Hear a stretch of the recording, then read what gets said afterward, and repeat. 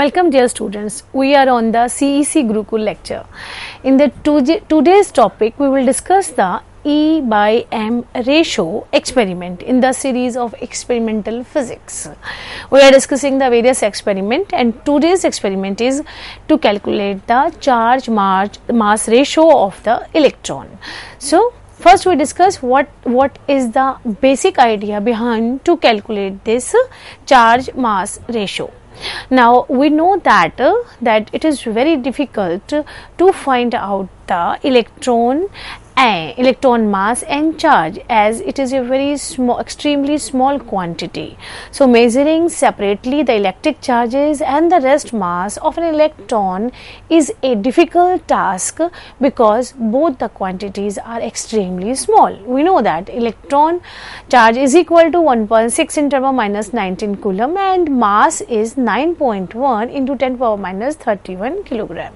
So it is very tough to calculate this quantity. So ratio of these two fundamental constants can be determined easily and precisely from the radius of curvature of electron beam travelling in a non-magnetic field.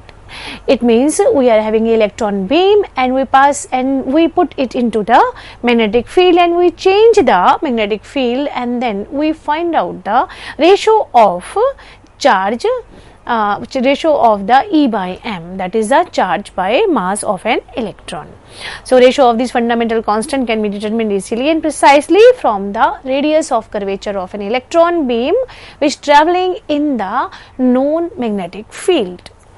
Now electron beam of a specified energy therefore is having a specified speed may be produced, from where we can get the electron beam by using the CRO tube. Means we are using the E by M apparatus to calculate the E by M ratio of an electron. So the central piece of the apparatus is an evacuated electron beam bulb with a special anode. It means we are having the CRO tube where we are having the electron beam bulb, and we put the anode and cathode two electrodes, as well as we use the magnetic field.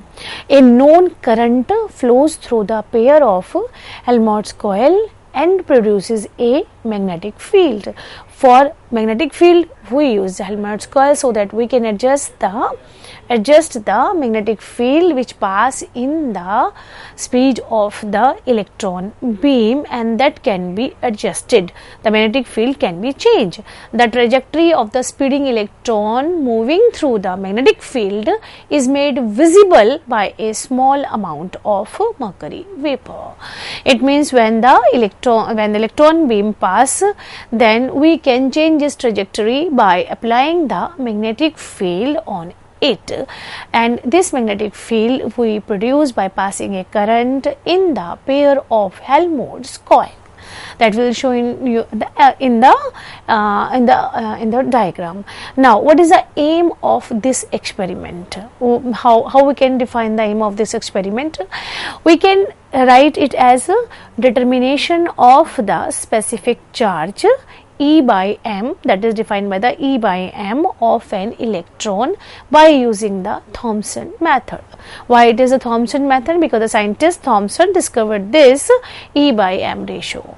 So determination of the specific charge E by M of an electron, first aim is this, we can say. Second aim is to understand how electric and magnetic field impact an electron beam, and experimentally how we determine the electron charge to mass ratio.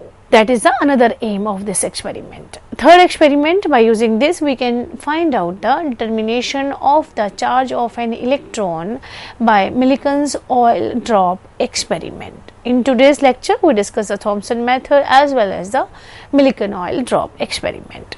First we start with the history of this experiment. In 1896, J.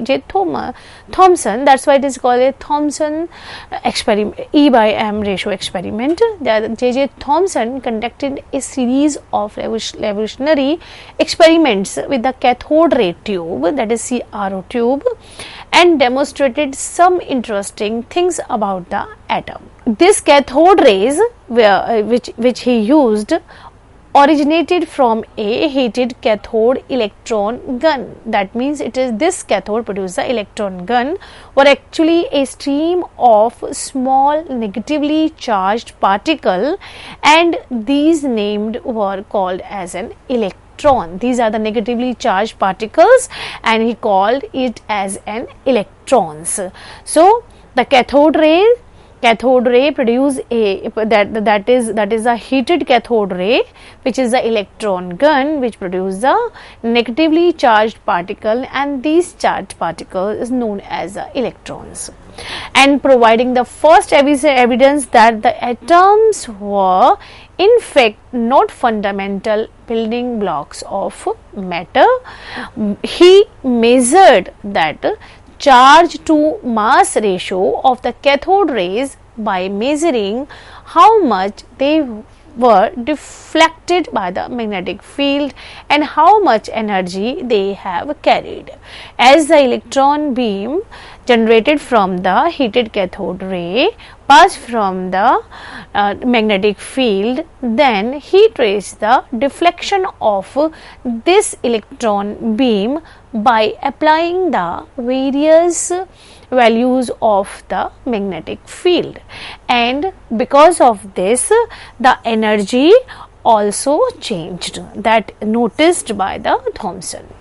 And for this, Thomson won the Nobel Prize in the physics for the discovery of electron in 1906. And in 1887 he measured the specific charge, that is the E/m ratio of a cathode ray particle. The cathode ray particle, that is the E/m electron charge mass ratio, that is known as the specific charge, that was discovered in 1887 by J.J. Thomson. Now this specific charge is defined as the charge per unit mass of the particle. Charge per unit mass of the particle, that is the E/m.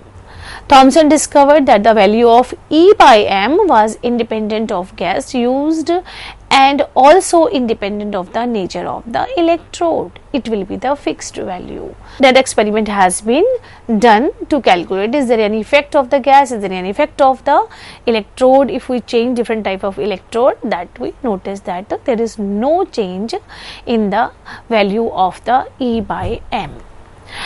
So what is the principle behind this? This is very simple, as we discussed, that cathode ray, that is the electron beam, are deflected by electric and magnetic field is made use of in this method. Means we are noticing the deflection of electron beam that is generated from the heated cathode ray by applying the magnetic field. This is basic principle behind this experiment. What apparatus we use to perform this experiment? This is a very simple and very interesting experiment. So apparatus behind it, that apparatus is known as the E/m apparatus, and this E/m apparatus consisting of the power supply fitted with the voltmeter and ammeter to read the anode voltage. It means in the box, we have a box that is the E/m apparatus, where we have the voltmeter and ammeter to find out the current and the voltage of the anode side. Anode current we measure in the microampere through this ammeter, and voltage we measure, anode voltage we measure in volts. Now next part is the solenoid. That solenoid which is made of the coil of the wire, and where we make it as a magnet.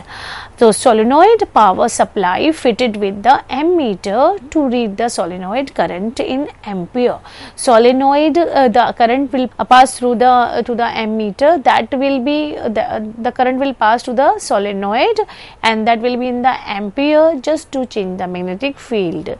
Magnetron valve with base and connecting wires that will be attached through this solenoid, and this solenoid fitted on the suitable wooden base. Now you see, this is the experimental setup. Here we are having a ammeter, we are having a voltmeter, and here the right hand side we have a cathode ray, and you are seeing as a circular type of thing, that is a solenoid, and here we just it is a coil of wire, and that is attached with the current source, and the voltage can be changed through these knobs. So these wires connected through the voltmeter as well as the ammeter to note down the reading. Solenoid current will be in the ampere, but here in the anode current will be in the microampere.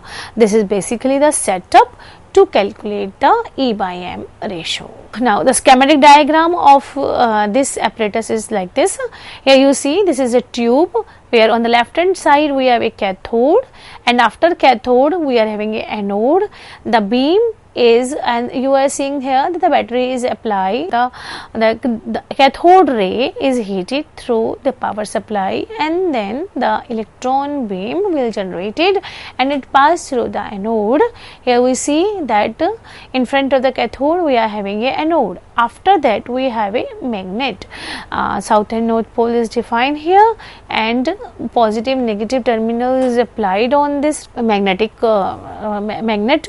So here the electron beam pass through this magnet, and you see the deviation of the electron beam which is reaching at the surface of the CRO tube. Now see here the fluorescent source that will be generated through the deflection of the electron beam which coming from the anode, that will reflected through the magnet which we apply. The magnetic field may be vary by changing the current which pass through the magnet.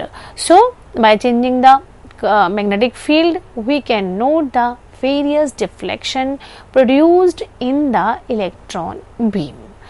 So this was a schematic diagram. Now we describe this experiment as a magnetron is a thermionic valve, as all we know, with the cylindrical coaxial anode and the cathode.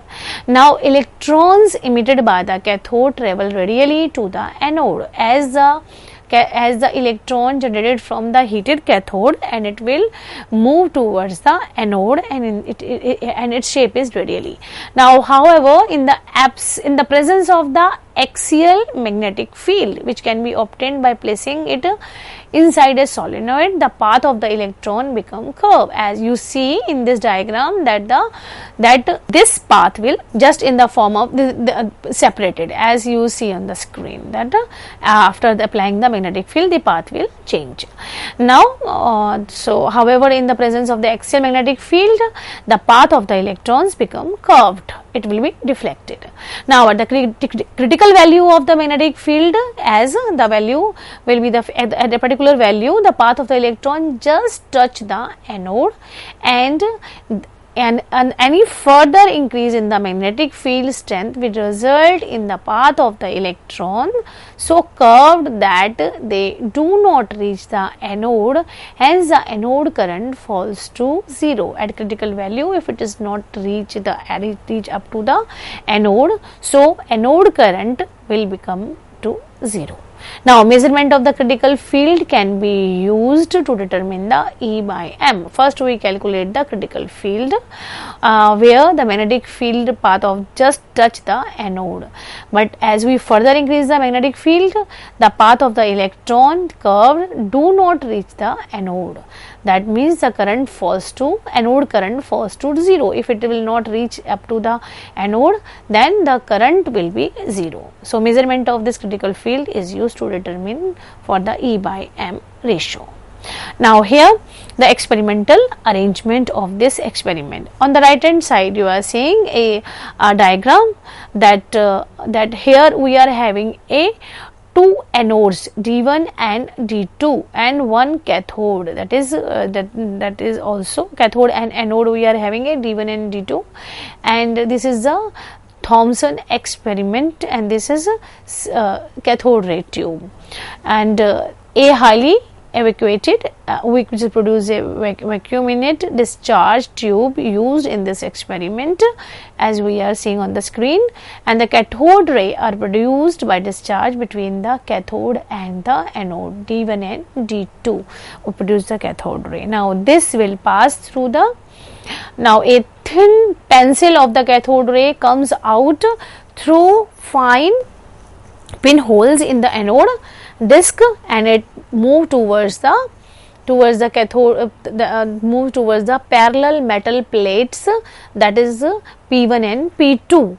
So cathode ray pass between the two parallel metal plates P1 and P2, that works as a magnetic field, and P1 and P2 and strike then the flat face of the tube. Now you see that the face is coated with the suitable fluorescent material, that is the here we get the output of this electron beam, and this fluorescent material, at this fluorescent material, that is the face of the CRO tube, we are having a spot of the light which is denoted by the Q. Means we are getting a point, a light point or a spot of light at point Q.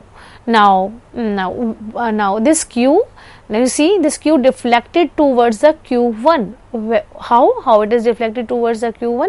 As we change the potential at P1, so it will be deflected towards the P2 because of the magnetic field we applied.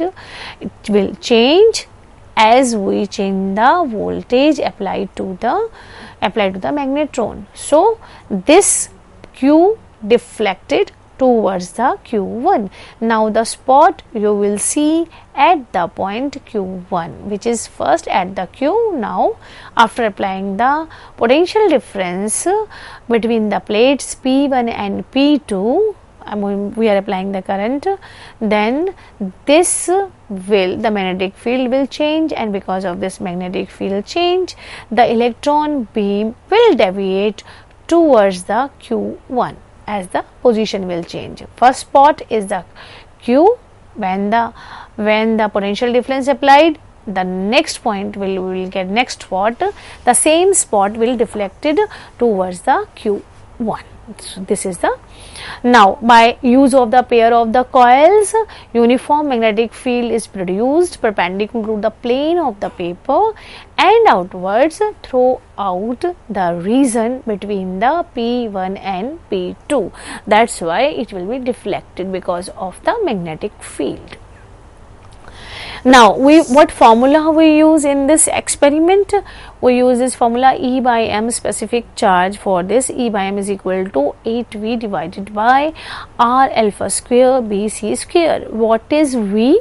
V, we know anode potential. Here you see that these two P1 and P2 plates, we applied the voltage for the voltage which is applied to the anode, that is the potential. V is equal to anode potential, that anode potential towards the D2, and here this V is the anode potential and RA is the anode radius. BC magnetic field is produced corresponding to the critical solenoid current IC. How much current we are giving to the solenoid, and on the basis of that magnetic field is produced. V is the anode potential that is applied towards the D1 and D2 electrodes. Now this formula we will use to calculate the E by m. It means we require the V, anode potential, we require the anode radius R, that must be given, then we require the BC, magnetic field applied through the solenoid. Now what is the theory behind this experiment? Now if we talk about this, the magnetron arrangement consists of the cathode in the form of the wire fitted at the axis of the cylindrical anoid of the radius RA. We are having the CRO tube, and it is in the cylindrical form. Then here the magnetron is arrangement with the cathode and the anode. Now anode is maintained at the positive potential, that is capital V, and the cathode, so electric field exists radially, and that's why we get the anode, and at the anode we are having the electron beam, and with the we adjust it by applying the voltage V, that is a potential, that is a positive voltage. Now the magnetic field parallel to the axis of the cathode is superposed upon the electric field when we place the magnetron inside the solenoid, such that the axis coincide with the solenoid axis. Means we apply the magnetic field perpendicular to the electron beam which coming from the cathode filament. Now the strength of the magnetic field may be varied by controlling the solenoid current, that is through the P1 and P2 plate. Here we see the solenoid current can be adjusted through the P1 and P2 plate. So by this adjusting the current, solenoid current, we can get the various strength of the magnetic field which is applied to the electron beam. Let us assume that the electrons emit from the cathode with the zero initial velocity. Here the initial velocity of the electron which is generated from the cathode is equal to 0, and begin to accelerate towards the anode due to the positive potential. As we apply the positive potential, and these electron beam accelerated towards the anode. The velocity acquired by the electron which is having a mass m and the charge E is given by the relation 1 by 2. This is the kinetic velocity, 1 by 2 m v square is equal to E v, where m is the mass, v is the velocity, E is the charge of electron, v is the voltage which is we apply towards the anode. So v is equal to velocity that we can find out, v is equal to root of 2 E by m, that we can find out. The magnetic field B does not change the speed of the electron. This is very clear, but it will deflect the electron, it will change the trajectory of the electron, it will modify the trajectory, it will change the path of the electron, but it will not